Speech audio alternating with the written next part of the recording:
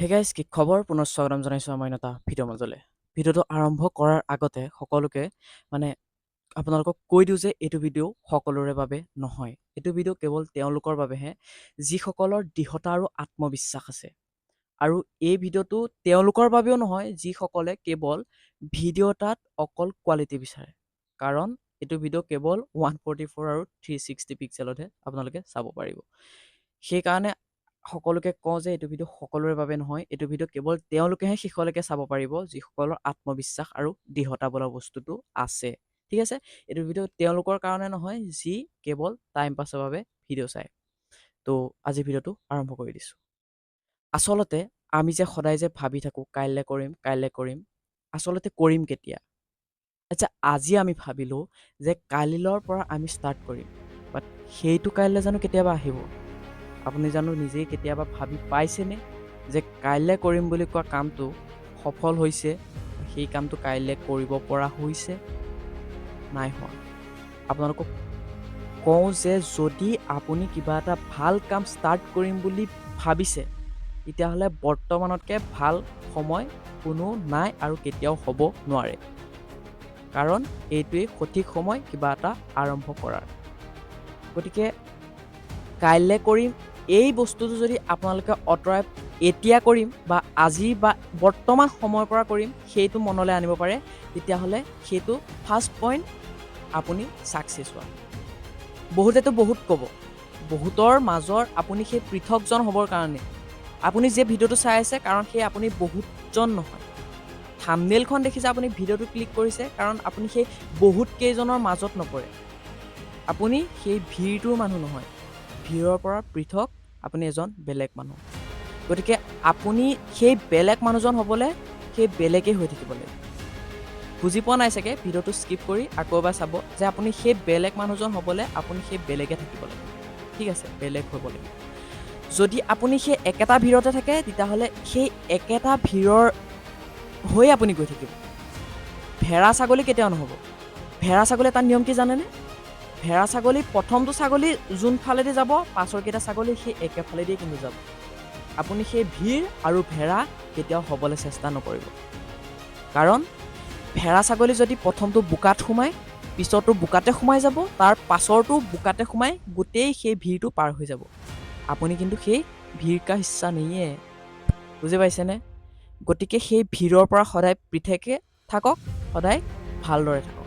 কাৰণ আপুনি সেই ভিৰটোৰ মানুহ নহয়, আপুনি এজন পৃথক মানুহ। কাৰণ আপুনি এই ভিডিঅ'টো চাই আছে বা আপুনি এই ভিডিঅ'টো ক্লিক কৰিছে। আমি যে থৈ যে দিওঁ কাইলৈ কৰিম কাইলৈ কৰিম, একচুৱেলি কাইলৈ কৰিমটো এটা ডাঙৰ ভুল।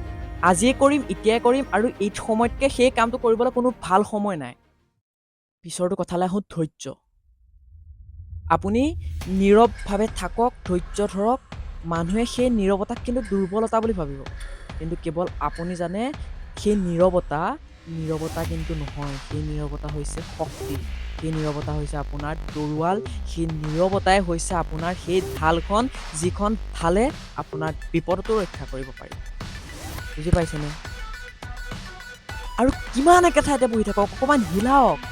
কি গাটো কথা কৈছোঁ, একে ঠাইতে বহি বহি এইটো চাগে মামৰ লাগিব গাত, লোহাৰ বাদ দি গাটো মামৰ লাগিব। গা হিলোৱাৰ কথা কৈছোঁ।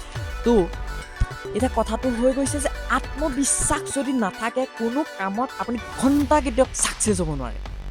যিমানেই আপোনাৰ আত্মবিশ্বাস থাকিব, আপুনি সিমানেই ছাকচেছ হ'ব পাৰিব। আৰু সেই নীৰৱতা হৈছে আপোনাৰ অস্ত্ৰ, নীৰৱতাই হৈছে আপোনাৰ ঢাল।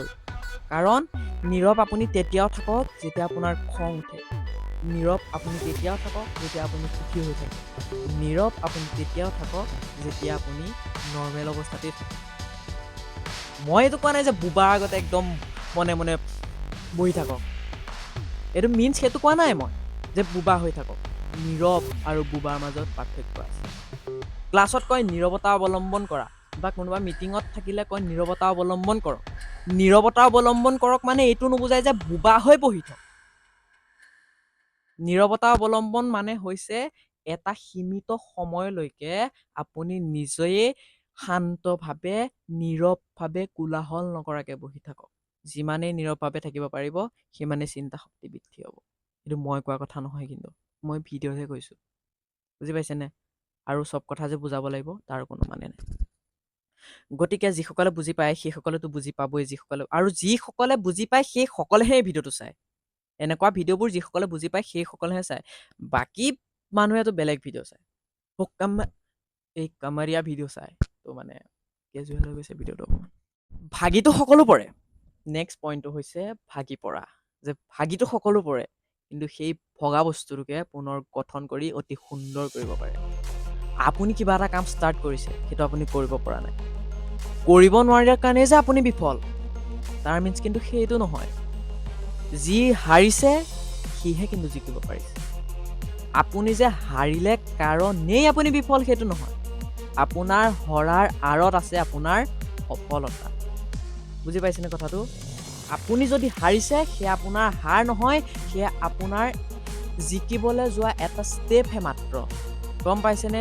আৰু যিদিনাখনি আপুনি একদম ভাগি পৰিব, কোনো মানে মটিভেশ্যন নাই মনত যে কিবা এটা কাম মই কৰিম, তেতিয়া এটা কাম কৰিব, আইনাখনৰ ফ্ৰণ্টত যাব আৰু নিজকে ক'ব আই এম এ ৱাৰিয়ৰ। মই এজন যোদ্ধা।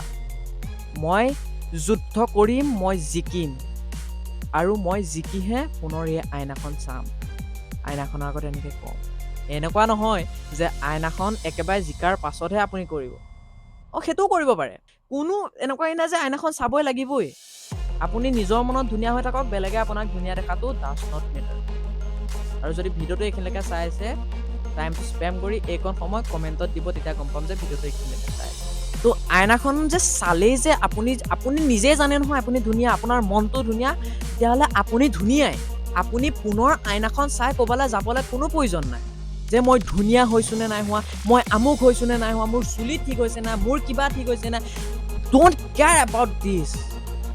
আপুনি ধুনীয়া। আপুনি আপোনাৰ মনত যেতিয়া ধুনীয়া, আপুনি গোটেই পৃথিৱীৰ আগত ধুনীয়া। কাৰণ পৃথিৱীয়ে ধুনীয়া বুলি ভবাৰ আগত নিজে নিজক ধুনীয়া বুলি ভবাটো প্ৰয়োজন বুলি মই ভাবোঁ, আৰু যিটো নেকি প্ৰয়োজন হয়। গতিকে আইনা চাব, কিন্তু এনেই চাব যে সেইটো তেনেকৈ এনেই চাব।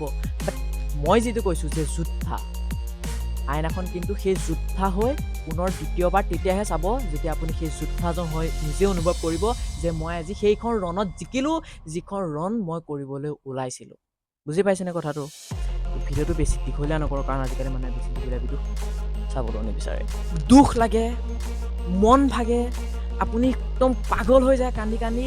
সেইবিলাক আপোনাৰ দুৰ্বলতা নহয়, সেইবিলাক হৈছে আপোনাৰ শক্তি। সেইবিলাকক শক্তি বুলি ব্যৱহাৰ কৰক। আপুনি সেইবিলাকক দুখ বুলি ব্যৱহাৰ নকৰিব, সেইবিলাকক শক্তি বুলি ব্যৱহাৰ কৰক।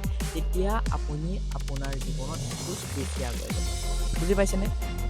জন্ম দুখীয়া হৈ হোৱাটো দুখ নহয়। দুখীয়া হৈ যে আপুনি জন্ম হ'ল, সেইটো আপোনাৰ কাৰণে দুখৰ কথা নহয়। যদি দুখীয়া হৈ মৰে, সেইটোহে আপোনাৰ কাৰণে কিন্তু দুখৰ কথা। গতিকে বেছিও চাগে এইটো লাইন শুনিছে, হ'লেও ভিডিঅ'টোৰ মাজত এইটো লাইন ক'বলৈ মন গ'ল কাৰণে কৈছোঁ যে দুখীয়া, বহুতে কয় মই দুখীয়া কিবা কিবি। সেইটো দুখীয়া, আপুনি যে দুখীয়া সেইটো ডাঙৰ কথা নহয়, কিন্তু আপুনি যে যদি আকৌ দুখীয়া হৈ মৰে, সেইটোহে কিন্তু ডাঙৰ, সেইটোহে দুখৰ কথা। গম পাইছেনে? আপোনাৰ জন্ম কিয় হৈছে কেতিয়াবা ভাবি চাইছেনে? হয়তো নাজানে, ময়ো নাজানো মোৰ জন্ম কিয় হৈছে, কিন্তু মই এইটো জানো যে মোৰ জন্মৰ হৈছে যেতিয়া মই কি কৰিব লাগে। বুজি পাইছেনে? আৰু যদি আপুনি নাজানে যে আপোনাৰ জন্ম হোৱাৰ পিছত আপুনি কি কৰিব লাগে, তেতিয়াহ'লে খন্তেক সময় এই ভিডিঅ'টো চোৱাৰ পাছত অকণমান উঠি গৈ নিজান ঠাই এডোখৰ ৰৈ পেলাই নিজে ভাবি চাব যে আপোনাৰ জন্ম কিয় হৈছে, আৰু আপুনি জন্ম হোৱাৰ পিছত আপুনি কি কৰিবৰ বাবে জন্ম হৈছে, নিজকে এটা প্ৰশ্ন কৰি চাব। বা আপুনি যে জন্ম হ'ল, তাৰ পাছত আপুনি কি কৰিব লাগে এতিয়া, যে যাতে আপোনাৰ জন্মটো সফল হয়। জন্ম হোৱাৰ মানে এইটো জন্ম সফল হয়। গম পাইছেনে? সেইটো আছিলে আজিৰ ভিডিঅ' চাই কেনেকুৱা পালে কমেণ্ট এটা কৰি জনাব। যদি ভিডিঅ' চাই ভাল পালে লাইক কৰিব, শ্বেয়াৰ কৰিব। চেনেলটো যদি নতুনকৈ চাই আছে তেনেহ'লে ছাবস্ক্ৰাইব কৰি কাষতে থকা বেল আইকনটো টিপি অল কৰি দিব।